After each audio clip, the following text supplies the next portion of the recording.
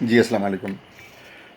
आज मैं बात करूंगा सेल टैक्स पे कि ये सेल्स टैक्स आखिर क्या चीज़ है और ये क्यों लागू की जाती है और ये किन किन चीज़ों पे लागू होती है और ये रिकवर कैसे होती है और डिपॉज़िट कैसे होती है गवर्नमेंट ट्रेज़री में।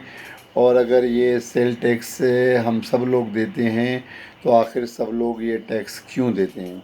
देखिए, सेल टैक्स के अपने नाम से ही क्लियर है कि जो भी सेल्स होंगी, जो भी बंदा कोई भी चीज़ किसी भी दुकान पे बैठ के किसी भी बिज़नेस प्लेस पे बैठ के सेल करता है, वो जो आइटम जो प्रोडक्ट सेल करता है वो उस प्रोडक्ट में सेल टैक्स का अमाउंट शामिल होता है। और हर कंज्यूमर, हर एंड कंज्यूमर जो वो प्रोडक्ट ख़रीद कर अपने इस्तेमाल में लाता है वो टैक्स वो देता है।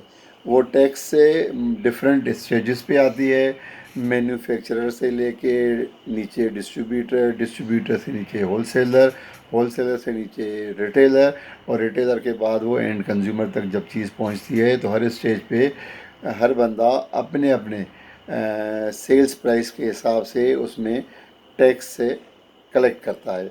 अब आप कहेंगे क्या हर स्टेज पे फुल टैक्स अमाउंट कलेक्ट होता है? नहीं, क्योंकि जब मैन्युफैक्चर होकर एक चीज़ मार्केट में आती है तो उसकी उस वक्त जो प्राइस होती है वो रिटेल प्राइस के मुकाबले में कम होती है।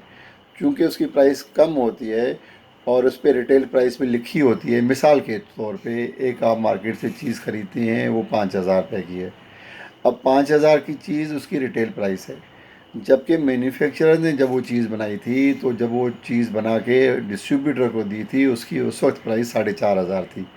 तो मैन्युफैक्चरर डिस्ट्रीब्यूटर को जब वो सेल करेगा तो 4,500 रुपये पे उसकी टैक्स जो है वो कलेक्ट करेगा।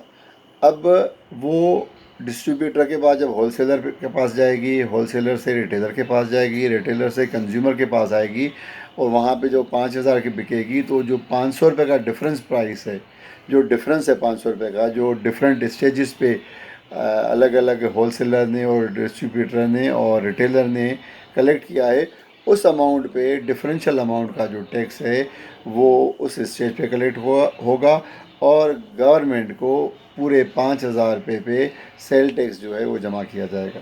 ठीक है।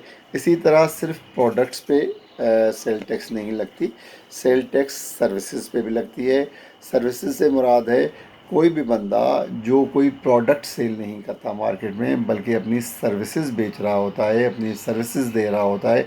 जैसे डॉक्टर हजरात हैं वो अपनी सर्विसेज दे रहे होते हैं, जैसे हम रेस्टोरेंट पे खाना खाने जाते हैं तो वहाँ पे हम जब खाना खा के उठते हैं तो वो हमें सर्विसेज दे रहे होते हैं, उन सर्विसेज पे टैक्स लगती है।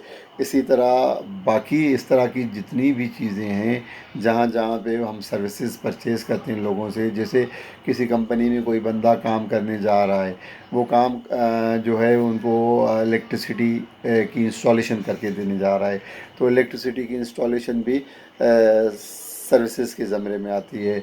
अगर उसके अलावा भी कोई ऐसा काम किसी कंपनी में, किसी इदारे में, किसी फैक्ट्री में कोई बंदा जो लेबर है वो करने जा रहा है तो लेबर अपनी सर्विसेज बेचता है तो सर्विसेज दे रहा होता है। तो अगर वो रजिस्टर्ड है सेल टैक्स में सिंध रेवेन्यू बोर्ड के पास या किसी और प्रोविंस में उसके रेवेन्यू बोर्ड के साथ रजिस्टर्ड है, तो वहाँ के रेट के हिसाब से जब वो इनवाइस इशू करता है अपने काम की तो उस पर सेल टैक्स भी ऐड करता है। तो ये एक बात क्लियर हो गई आज की वीडियो से कि सेल टैक्स दो तरह की है।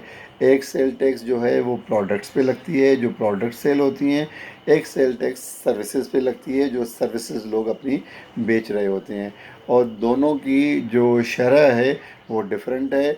प्रोडक्ट पे जो सेल टैक्स है वो federal board of revenue, federal government collect करती है, जबकि सर्विसेज पे जो टैक्स है वो सूबों के परव्यू में आता है। उनका ये जो है दस्तरस है उस पर, और ये उनकी तरफ से लगती है और उनके ही डिपार्टमेंट्स जो हैं इसको कलेक्ट करते हैं।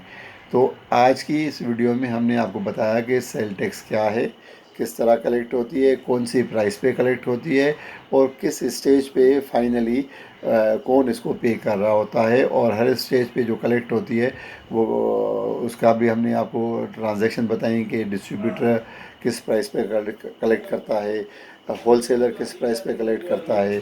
तो बाकी इस हवाले से मज़ीद डिटेल्स जो हैं हम आपको अपनी अगली वीडियो में बताएंगे। Thank you.